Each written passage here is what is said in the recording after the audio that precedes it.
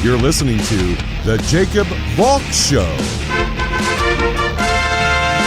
He's breaking down the latest and greatest in sports as only he can. Follow him on Twitter at RealJacobValk. Here he is, Jacob Valk. Hello,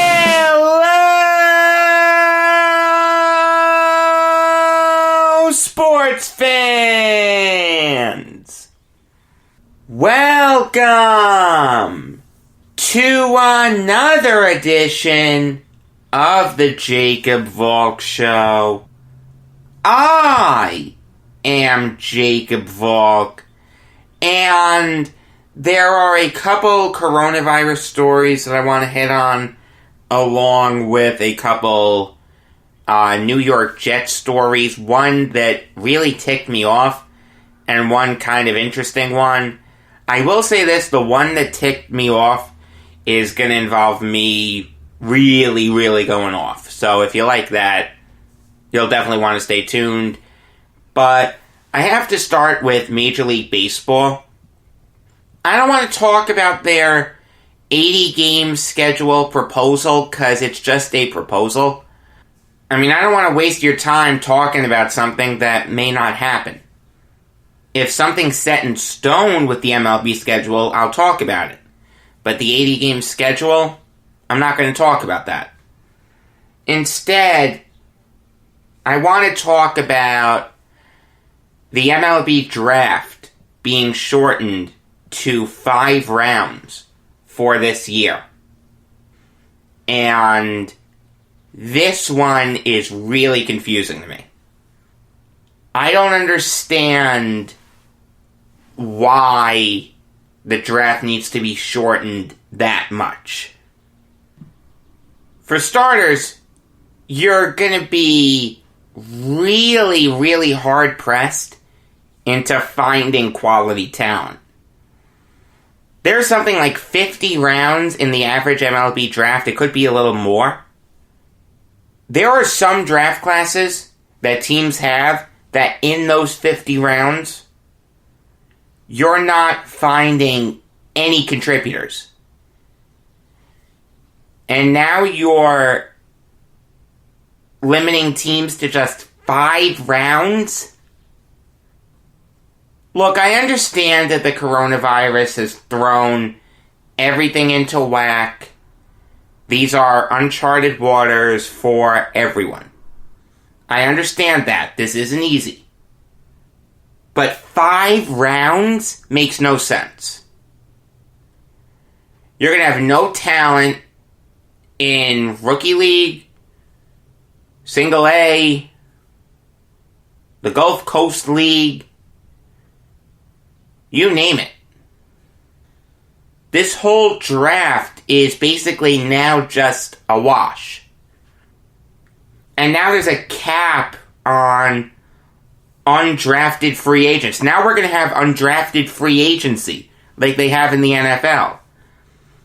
Undrafted players will be eligible to sign for a maximum bonus of $20,000.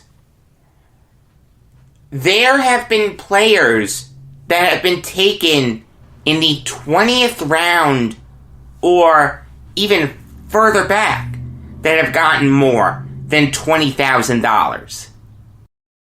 Look, I understand that the league is implementing this as a cost-cutting measure. No one's making money right now. While it's hard to feel bad for these billionaire owners, the reality is they're losing money right now too. And they don't want to pay 50 new people hundreds of thousands of dollars, sometimes millions of dollars, before they've even played a game. Joe Burrow hasn't signed his rookie deal yet.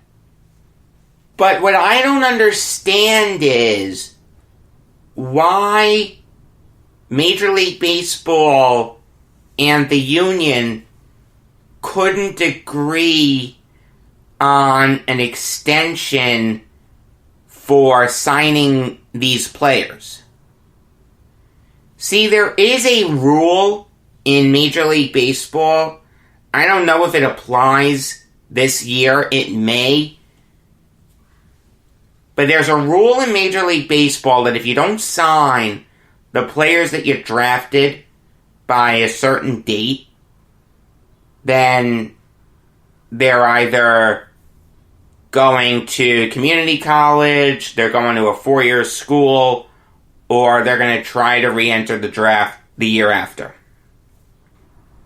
Why couldn't they just extend that deadline?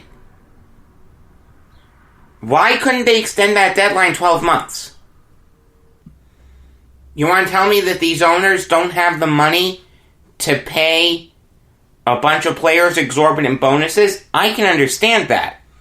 That is a perfectly reasonable argument. But then extend the deadline for the bonuses.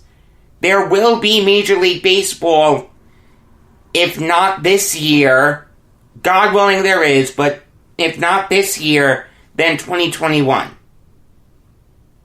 Just extend the deadline to 2021 when everyone's making money. And also this $20,000 cap that they have for the undrafted free agents. No one's going to take that. Unless you really want to take the money quickly, no one, and I mean no one, that good is going to take that bonus. They can make more later on. To take it now would be penny smart, pound foolish. And this idea of a cap on undrafted free agents, I don't like in the first place. The NFL doesn't do that. They're the pioneers of undrafted free agency. You want to tell me competitive balance? I can understand that, but you're really screwing these players over. Major League Baseball really does not care about the future of its game. I mean, they're contracting minor league baseball, which I defended in the past, but now they are shortening this draft. God knows if this could be a precedent or not. They're trying to tinker with the game and make it exponentially different from what made it so great in the first place. See, the issue with baseball is it's a worse game now than it was 15 years ago. Commissioner Manfred doesn't realize that. He thinks everyone cares about competitive balance and, no one cares about the young guns. Everyone cares about the home run ball. No! There is logic to uniting around a common villain, going back to competitive balance. When was Major League Baseball at its best? When the Yankees were dominating. Now, I'm not saying that just because I'm a Yankee fan. It could be any team dominating. But when did a sport like basketball explode onto the scene? When you had teams like the Heat and the Warriors dominating. The NFL has had the Patriots dominating for years. They're the most popular sport in America. Major League Baseball is so blind. The shortening of the draft makes no sense. They don't care about the future of the game. They just care about the present. When Rob Manfred leaves, and the sooner the better, but whenever he leaves, whoever's going to take over for him is going to have his work cut out for him. You look at a league like the NBA that cares so much about the future of its game that they've instituted this new G League pathway program that's going to completely upend the NCAA and is going to force major changes. What does Major League Baseball do? They go the opposite direction. They say to these players, Yeah, you only get 5 rounds to make a lot of money, and then you can enter the draft again next year or the year after. We're going to dilute the talent pool, and no one's going to be making a lot of money. $20,000 if you sign as an undrafted free agent. $20,000, I don't want to say that's not a lot of money, because it is, but how long could you survive on just $20,000? If these people don't have a job and you just gave them $20,000, first up, after taxes, that's what, $12,000? $10,000? I don't know. But you're not getting the full $20K. You've got to pay rent. You've got to pay food. You've got to pay utilities. You've got to pay your car. With no means of income, that $20K is going to go away really fast. You want to tell me they're going to be paid throughout this pandemic because of, the fact that they'll have a contract? Like guys like Garrett Cole are still getting paid? I'm not so sure about that. First up, minor league baseball players don't make that much to begin with. Second up, if these owners really start hemorrhaging money, they're going to draw the line at the minor league baseball players and the staff and the executives, all that good stuff. This is a very, very slippery slope the Major League Baseball has put itself on. All in all, Commissioner Manfred has done a terrible job with this. He's done a terrible job with the sign stealing. He's had a terrible year as commissioner. I mean, the NFL is operating business as usual. I don't understand why Major League Baseball can't. As much as I don't like Roger Goodell, give him credit for having the NFL operate as if nothing's going on. There's at least some normalcy. Players are still getting paid. You do see draft picks signing. Not Joe Burrow, but there have been draft picks that have signed. And you're still seeing big contracts in free agency. Give the NFL credit. Why couldn't Major League Baseball do it? Why are they screwing over the future of this game? This is a really, really slippery slope, and Major League Baseball is going to have a tough time pulling out of it. Moving on now to the AHL, which is something that I never thought I would say. And the CFL is in here too, but I'll start with the AHL. They have canceled the rest of their season. It's done. No more regular season, no more playoffs, no Calder Cup, nothing. It's done. This is scary. Make no mistake about it. While I understand that the AHL doesn't have the money that the NHL has or any major sports league has, this is still a dangerous omen. And the CFL, according to Randy Ambrosie, their commissioner, said that their most likely scenario is no season at all. Best case scenario, a drastically truncated season, is what he told Canada's House of Commons, according to the Associated Press. This is scary. This is starting to get scary. I understand it's the AHL and the CFL. Not exactly, the NFL or the NBA. Global juggernauts that make money hand over fist. but these are still leagues that could cancel their seasons. There are going to be a lot of people pointing to this and saying, see, look, the NBA needs to do this, the NHL needs to do this. This is scary. This, to me, is a scary omen. You know, it kind of boggles my mind that these leagues couldn't get the testing that they need to safely play games. That's all we need for a return to normalcy. Hundreds of millions of tests. Maybe even billions of tests. If you want to take them every day, go for it. We do it for diabetes. You can check your blood sugar right then and there. I understand that the coronavirus is a lot more complicated, and, you know, we're rushing to make tests that work and make a vaccine that works.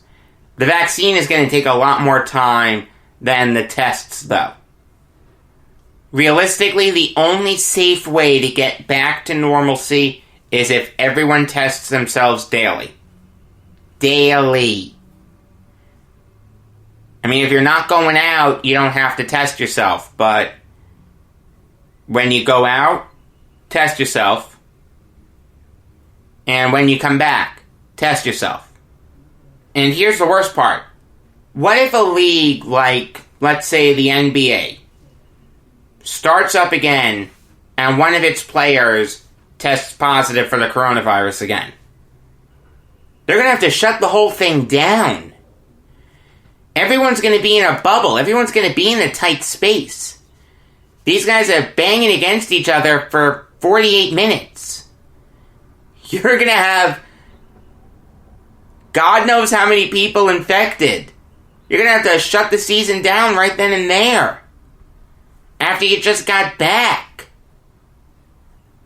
There are tests that are being made, and God only knows when they're going to be available en masse. I know that remdesivir has shown promise as a treatment. Chloroquine seems to not be as effective as we first thought, unfortunately. It's tough. It's really, really tough. I hate talking about this. Sadly, there's nothing else that I can say. I wish I could be more optimistic. But we're going to have a tough time getting back to normalcy without tests. And I don't see how we're going to get them in time. I just can see it now. The first tests go to millionaire athletes, not the general population.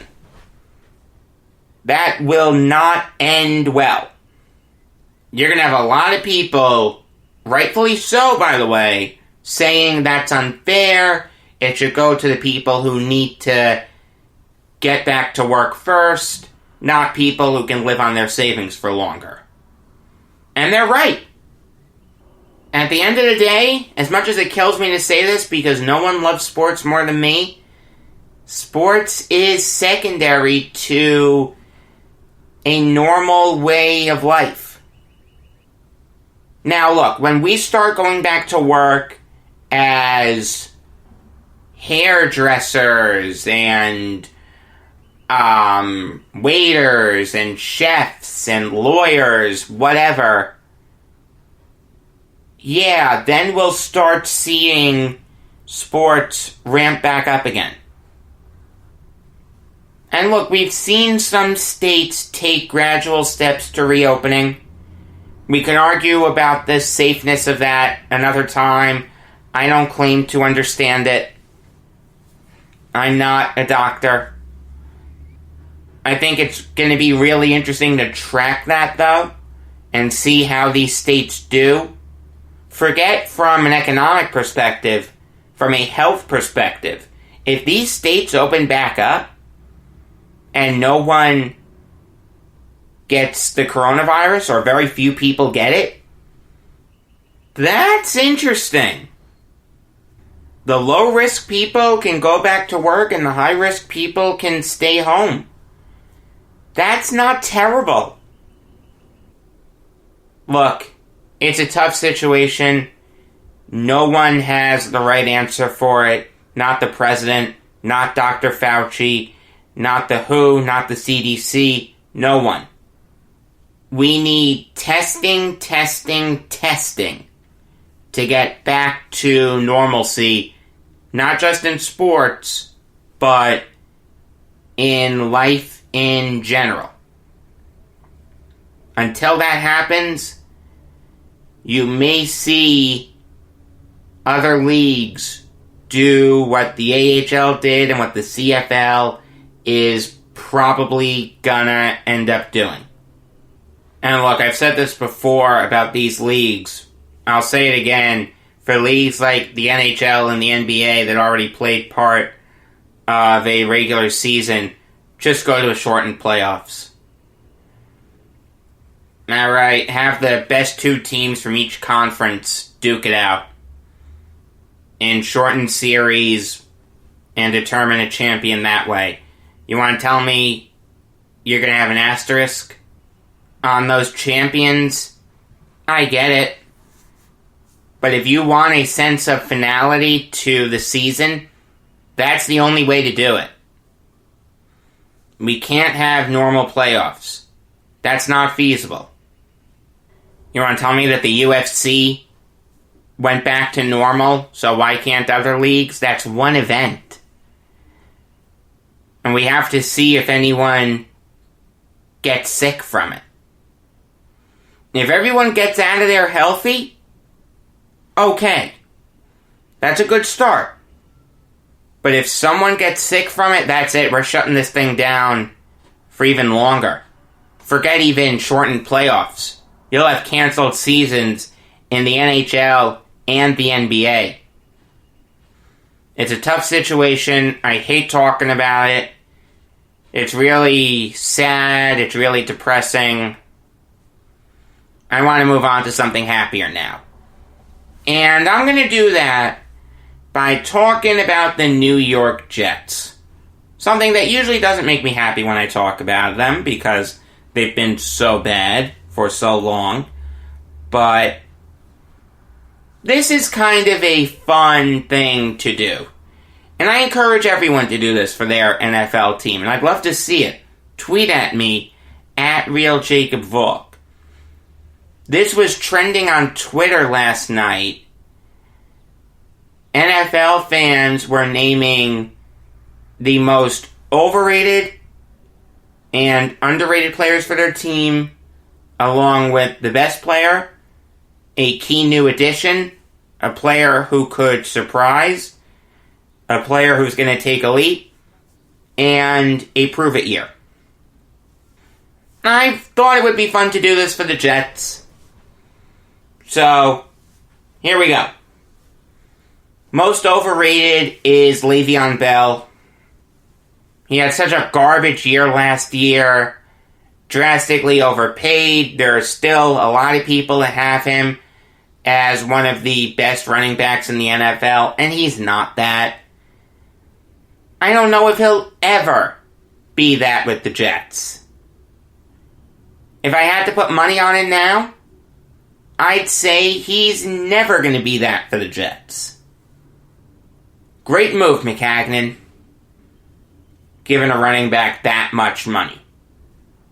Look, I value the running back position, but to give someone at that position so much money, when you have a coach that has made lemonade out of lemons with the running game before, and you can use those resources elsewhere, as opposed to spending it on a guy who sat out a year, that's a stupid move. Most underrated, I'm going to go with Marcus May. I talked about May, I think it was last week. I think he's a really good free safety. He gets overshadowed by Jamal Adams, and rightfully so, because Adams is a million times better than May. But according to Pro Football Focus, last year, May had a 74.6 overall grade. He had a good rookie year, despite what Pro Football Focus will tell you. You can't take PFF as gospel. You do have to take it with a grain of salt, but it's a really good baseline. 2018, he got hurt, but in limited time, played really well. And then 2019, played a full season, played great. It was either between May or Jordan Jenkins. I went with May because, quite frankly, May is better than Jenkins. That's a good tiebreaker, right? Best player, Jamal Adams. There's really not much of a debate there. Adams has made numerous Pro Bowls. He's been an All-Pro. I mean, who else are you going to say for the Jets? No one comes even close. C.J. Mosley was hurt. Avery Williamson was hurt. It's Jamal Adams by a mile. And you know you're a bad team when your best player is a strong safety. Key new addition. I'm going to go kind of off the wall with this. I'm going to go Bryce Hall. I was pretty consistent in saying that I thought cornerback was the biggest need for the Jets entering the draft. And Bryce Hall was a guy who I had a third-round grade on.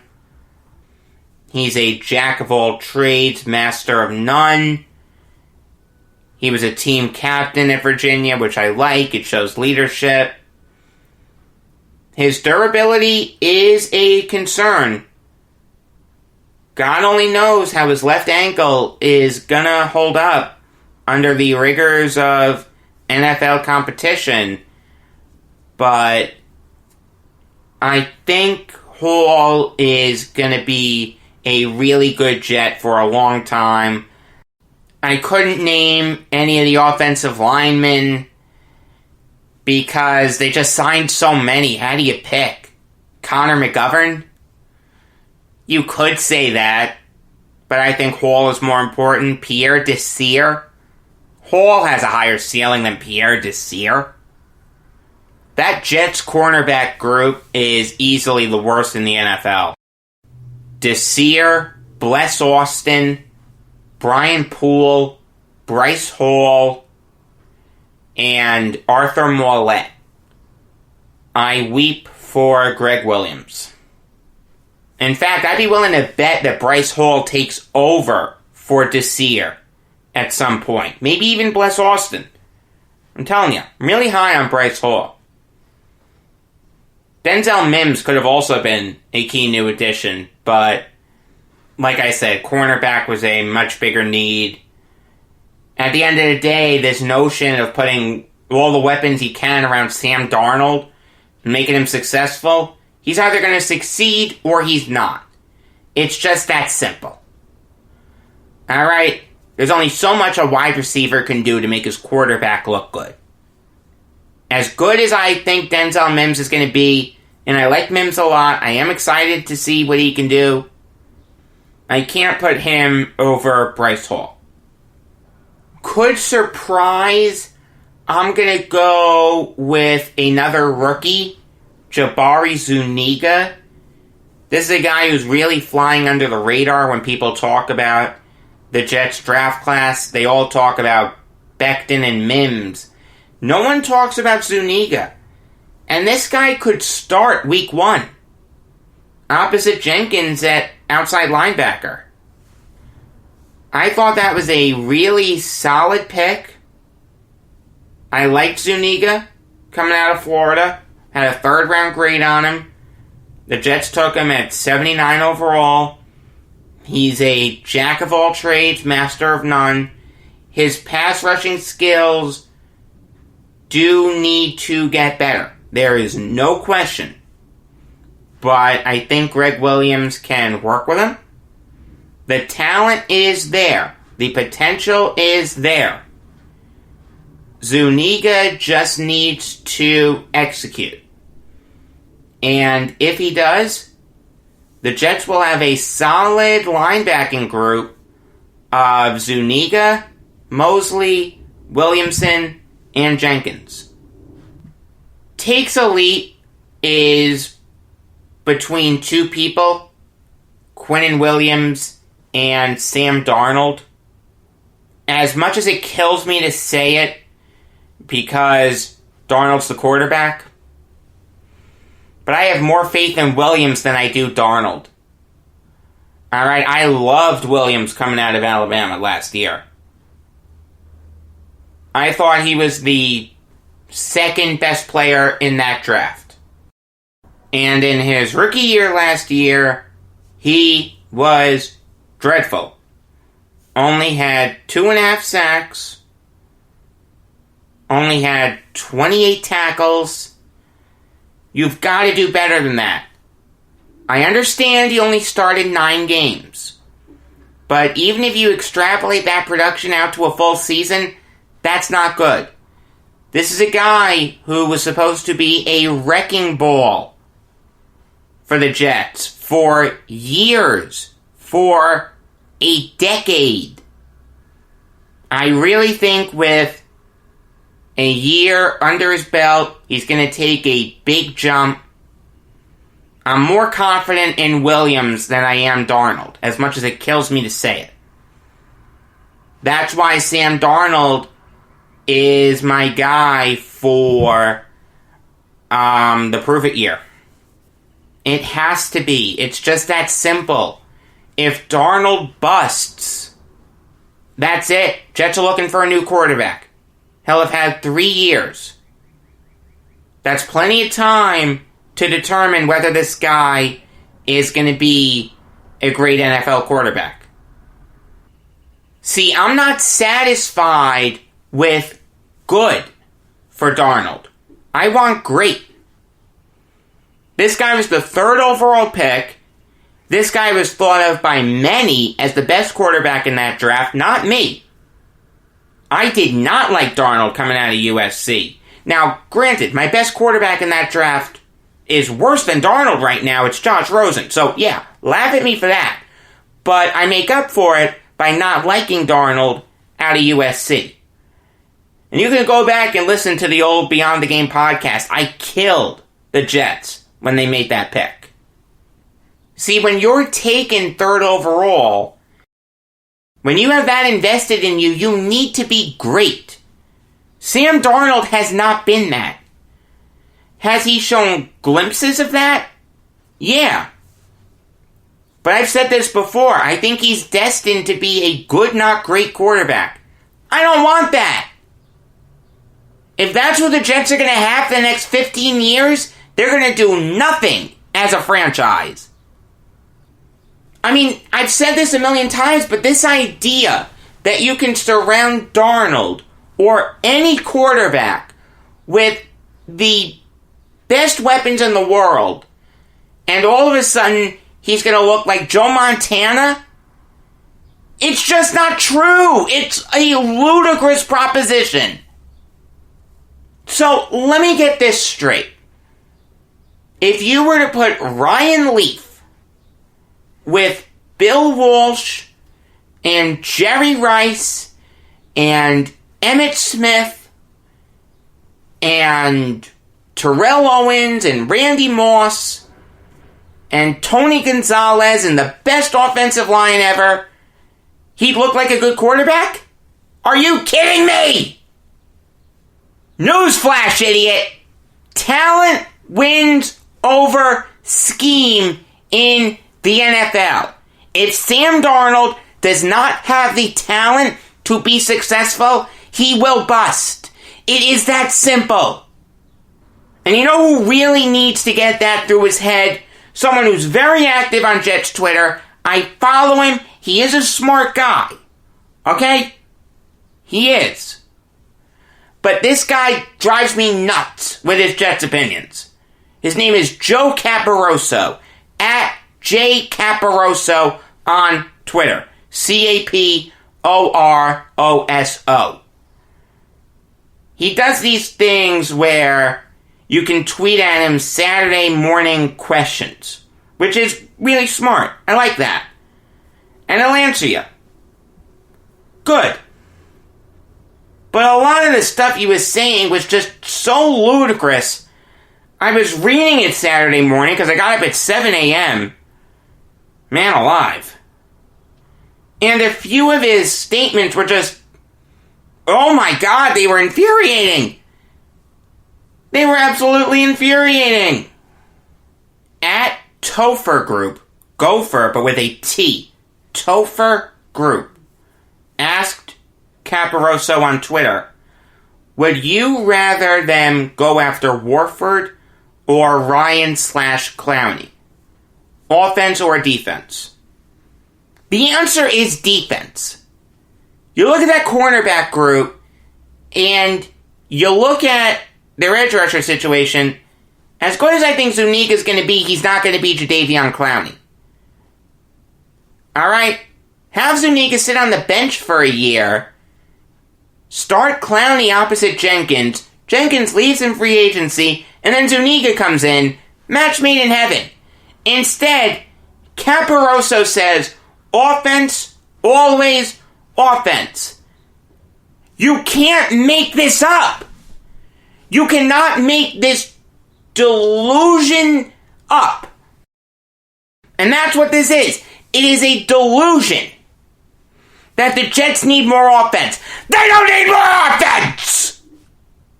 Bell, Gore, Pirine, Crowder, Mims, Perryman, Herndon, Griffin, Becton, McGovern, Fant, Winters, Van Roten, Lewis. Do I need to keep going? Trayvon Wesco, Chuma Edoga.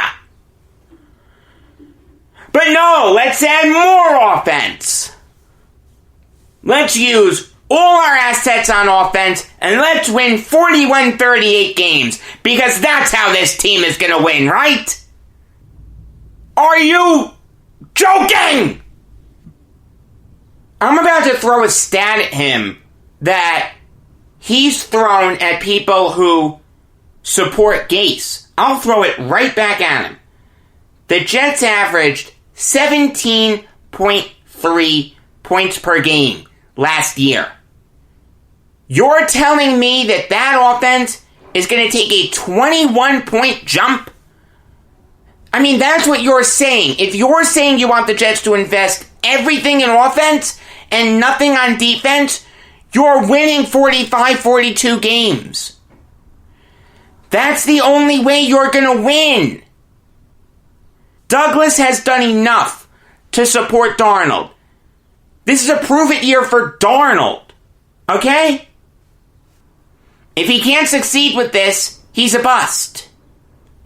I mean, how can any Jets fan look at their offensive line, look at their pass rushers, and look at their cornerbacks, and say that the offensive line needs more work when Douglas invested more in that than any other unit? Drafted an offensive lineman 11th overall, signed 4 offensive linemen, Fant, McGovern, Lewis, and Van Roten. You want to add Warford to that too? Look, I'm not opposed to bringing in Larry Warford, and that was the last story. That's what ticked me off. I'm not opposed to the Jets bringing in Larry Warford, but they have to add Clowney too. Logan Ryan would make sense too. How can the Jets invest everything on the offensive line and nothing on defense? Literally nothing. What was their biggest investment on defense? Bringing back Jordan Jenkins? Signing Pierre Desir? Drafting Bryce Hall? Drafting Ashton Davis? Drafting Jabari Zuniga? You've got to be joking! Douglas rebuilt the offense. Alright? I give him credit. This is a decent offense on paper. Alright, it's average. It's not great. It's not the Chiefs. It's not the Ravens. It's not the Saints. It's an average offense. What's their defense going to be? Their defense this year is going to be atrocious. It doesn't matter if they have Greg Williams. Alright? This is what Joe needs to understand. And this is what every Jets fan needs to understand. Talent wins over scheme. Go back to the Ryan Leaf example. Put Ryan Leaf with the best 10 players that you can surround him with, and Leaf wouldn't look that good. Leaf just didn't have the talent. You could put any bust there. Jamarcus Russell, Matt Leinart, Christian Hackenberg, Achilles Smith, you name it. Andre Ware, whoever, Heath Schuler, Rick Meyer, it doesn't matter. Now put the best team in the world with the worst coach in the world, and that team is still going to win its fair share of games. Oh, but Jacob, what about the Cleveland Browns? They had an ungodly assemblage of talent. And they had a terrible coach. They only won 6 games. Well, you're right. But as much as this kills me to say because I love Baker Mayfield, he's not a sure thing. Maybe Mayfield is going to be a bust. Maybe we'll mention him in the same breath as Tim Couch and Brandon Weeden and Johnny Manziel. I don't think he will, but the way he played last year, you've got to be a little nervous if you've invested a lot in him, like me. I traded a lot for him in my Keeper Fantasy Football League. I mean, the fact that Mayfield didn't take a huge jump is why John Dorsey and Freddie Kitchens got canned. Dorsey did his job in surrounding Mayfield with talent, but because Mayfield didn't show his talent, or the talent that we all think he has, Dorsey got canned. And this is the biggest thing with Caporoso to me.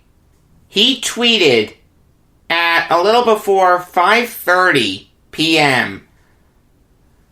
on Saturday about a Sam Darnold article. Good overview. In my opinion, if Darnold regresses or plateaus this year, I'd still want to see him with another coaching staff before considering a different long-term option. The talent/intangibles are there to be a very good, maybe great starter. Doesn't mean he'll become one, but he merits a look with a better support staff, both in terms of roster talent and coaching support at his age. Joe, I'm going to personally pay for a brain scan for you. Whatever your copay is, I'll pay it. Get a brain scan. Because that is the single stupidest thing I've ever read in my life. You want to give Sam Darnold a third coach in 4 years? Or 3 years or 3.5 years? When are you firing Gase? Alright, tell me when in your perfect world you're firing Adam Gase. You're setting him up to fail.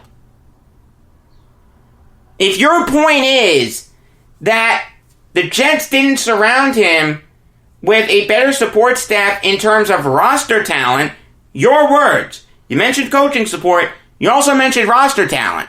If your point is that the Jets didn't surround him with roster talent, then why are you upset at Gase? Get upset at Douglas. Or, here's a crazy idea, get upset at the quarterback for not doing his job of elevating subpar roster talent. That is what the best quarterbacks do. It's what Mahomes did with Sammy Watkins. It's what Aaron Rodgers has done his whole career. It's what Tom Brady has done his whole career. But wait, you don't think Darnold can be that. Your quote is, very good, open parens, maybe great, close parens. So you're not even 100% sold on his ability to be great? Yet you're going to give him 3 coaches? You've got to be kidding me. I'll use the Browns as an example again, because I could just hear him now. Jacob, the Browns did it. They fired an inept coach in Kitchens, and they brought in Stefanski. There's no question that Freddie Kitchens was an inept coach. Yes, I am with you there 100%. But if you're going to hold the Browns up at that pedestal as what the Jets should model themselves after, you're even more delusional than I thought you were. The Browns have a longer playoff drought than the Jets.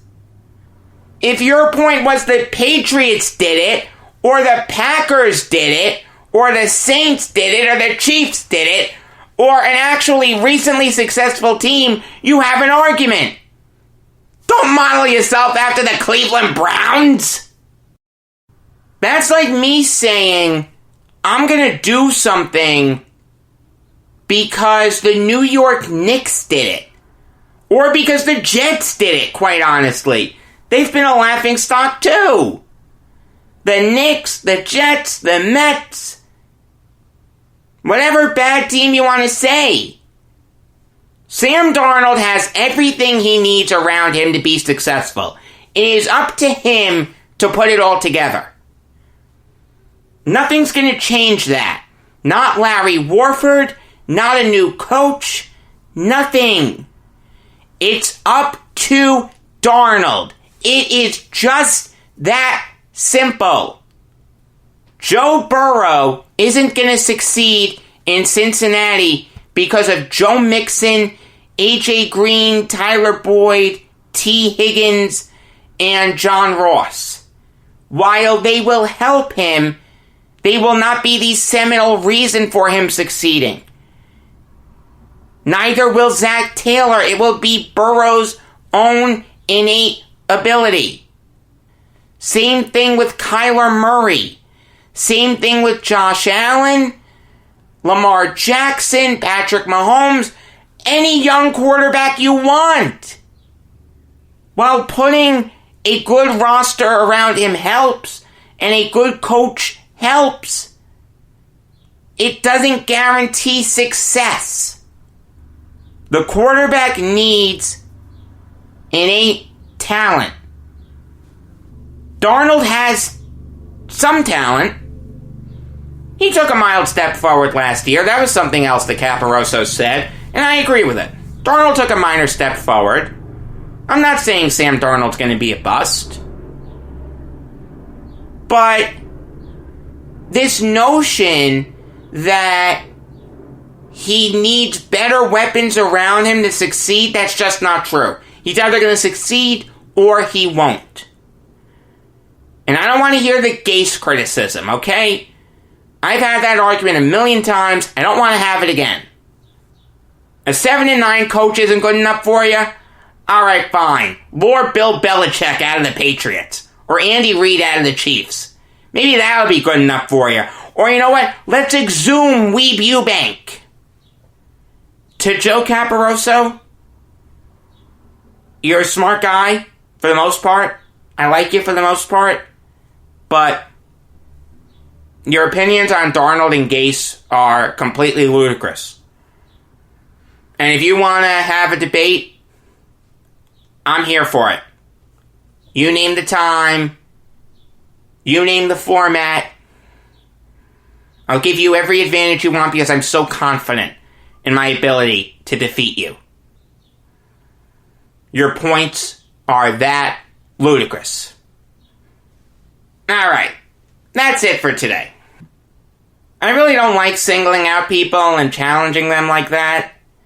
It comes off as a desperate cry for attention. That's not what this is.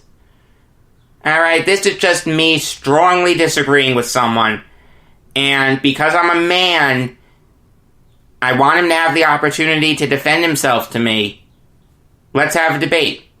You can tweet at me. Let's do it. I'm not going to hide from you. Until tomorrow, I am Jacob Valk saying that I drink after wins, I drink after losses, and I drink after rainouts.